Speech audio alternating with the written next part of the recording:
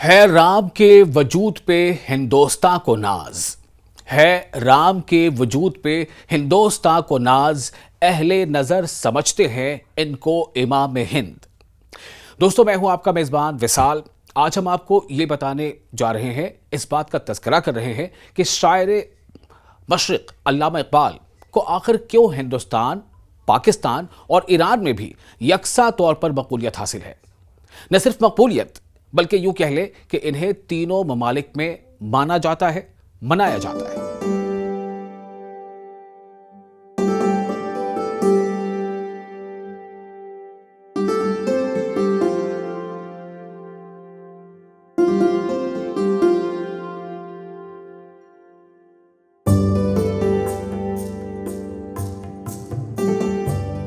سارے جہاں سے اچھا ہندوستاں ہمارا، ہم بلبلیں ہیں اس کی یہ گلستاں ہمارا، مذہب نہیں سکھاتا آپس میں بیر رکھنا، ہندی ہے ہم وطن ہے ہندوستاں ہمارا۔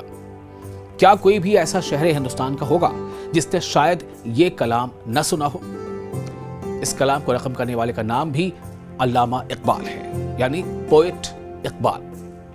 علامہ محمد اقبال اردو ادب کے ایک عظیم شاعر، فلسفی اور مصنف تھے۔ انہوں نے اردو شاعری کو ایک نئی جہت دی اور اسلامی فلسفے اور قومیت کے موضوعات پر گہرے اثرات چھوڑے۔ ان کی شاعری میں انسانی عظمت، خودی اور روحانیت کے تصورات نمایاں ہیں۔ علامہ اقبال 9 نومبر 1877 کو سیالکوٹ میں پیدا ہوئے تھے، جو اب پاکستان میں ہے، اور 21 اپریل 1938 کو ان کی وفات ہوئی۔ وہ نہ صرف ایک شاعر تھے بلکہ ایک سیاستداں بھی تھے۔ ان کی شاعری میں اسلامی تہذیب، تاریخ یعنی ہسٹری اور فلسفہ یعنی فلسفی کے موضوعات نمایاں ہیں۔ علامہ اقبال کو شاعر مشرق اور حکیم الامت کے القابات سے بھی یاد کیا جاتا ہے۔ ان کی مشہور تصانیف میں بانگ درا، بال جبریل، ارمغاں حجاز اور ضرب کلیم شامل ہیں۔ انہوں نے فارسی اور اردو دونوں زبانوں میں شاعری کی ہے۔ جی ہاں، یہ دو ایسی زبانیں ہیں جن میں علامہ اقبال کی بہت ساری شاعری ہے، نظمیں ہیں، غزل ہیں۔ ان کی شاعری میں انسانیت، خودی اور روحانیت کے فلسفے کو بیان کیا گیا ہے۔ اقبال ہندوستانی عظمتوں کے سچے نغمہ طراز تھے۔ اقبال کا خمیر ہندوستان کی مٹی سے اٹھا تھا۔ انہوں نے اپنی شعر آفاق نظم شعاع امید اس وقت لکھی جب وہ اپنے تمام افکار و نظریات تقریباً مکمل طور پر پیش کر چکے تھے۔ اس نظم کی تخلیق کا زمانہ 1935-36 کا ہے۔ اس سے یہ ظاہر ہوتا ہے کہ یہ آزادی کے قبل کا ہے، یعنی جب ہندوستان آزاد ہوا، یعنی کہ یہ متحدہ ہندوستان، جب پاکستان بھی ہندوستان کا حصہ ہوا کرتا تھا۔ سچ تو یہ ہے کہ اقبال غیر منقسم اور متحدہ ہندوستان کا آخری سب سے بڑا تخلیقی چہرہ تھا۔ یہ اور بات ہے کہ ہر عظیم دانشور، فنکار کی طرح اقبال بھی قومیت کے اس تصور کے مخالف تھے جو منفی، انسانیت دشمن، جارحانہ اور فسطائی فکر کو تقویت بخشتا ہے۔ علامہ اقبال نے اس محدود اور تنگ قومیت کے بجائے اس آفاقی انسانی اخوت کا پیغام دیا جس کو وحدت بنی آدم یا وسودھیو کٹمبکم یا الخلق عیاللہ کہا جاتا ہے۔ اقبال کے ساتھ سرحد کے دونوں طرف سے عظیم ظلم اور ناانصافی کی گئی ہے، جو کہ بہت سارے ماہرین اقبال اسے مانتے ہیں۔ کسی نے اپنا قومی شاعر بنا کر اقبال کو چھوٹے سے خطے کا علاقائی شاعر بنا دیا اور کسی نے اپنا ملک دشمن قرار دے دیا۔ یعنی کہ تقسیم ہند سے پہلے اقبال کا تصور، اقبال کے بارے میں تصور کچھ الگ تھا، جو تقسیم ہند کے بعد تھوڑا بٹ گیا۔ سچ تو یہ ہے کہ اقبال بالعموم مشرق اور بالخصوص بر صغیر کی ساجھی وراثت کا نام ہے، اور اسی لیے ہندوستان میں بھی اور پاکستان میں بھی۔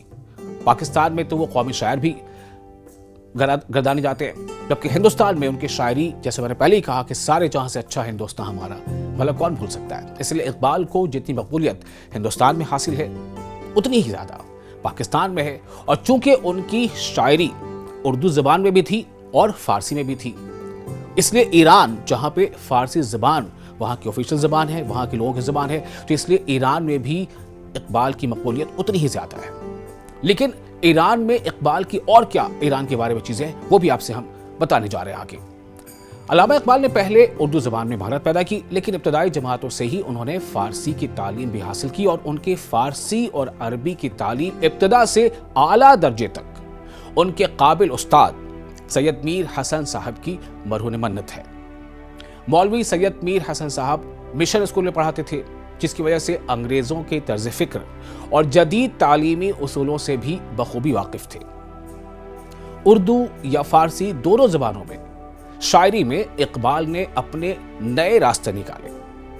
ماہر اقبالیات کا کہنا ہے کہ علامہ اقبال کبھی ایران نہیں گئے، لیکن ان کی زیادہ شاعری فارسی زبان میں ہے۔ علامہ اقبال کی فارسی شاعری اور جو اہمیت وہ ایران کو دیتے تھے، اس کی وجہ سے ایرانی قوم ان کو بہت قدر کی نگاہ سے دیکھتی ہے۔ ایران میں اقبال کو اقبال لاہوری کے نام سے جانا جاتا ہے، اور لاہور کو بھی ایرانی انہی کے توسط سے پہچانتے ہیں۔ تو یہاں بھی یہ بات واضح ہو رہی ہے کہ کس طرح سے اقبال کا رشتہ ایران، پاکستان اور ہندوستان سے تو ہے ہی۔ ایران کا کوئی ایک بھی ایسا بڑا شہر نہیں ہے جہاں علامہ اقبال سے منسوب کسی چوک یا کالونی کا نام نہ ہو، کیونکہ علامہ اقبال نے کل 12,000 اشعار کہے ہیں، جن میں سے 7,000 یعنی 12,000 میں سے 7,000 فارسی زبان میں ہے۔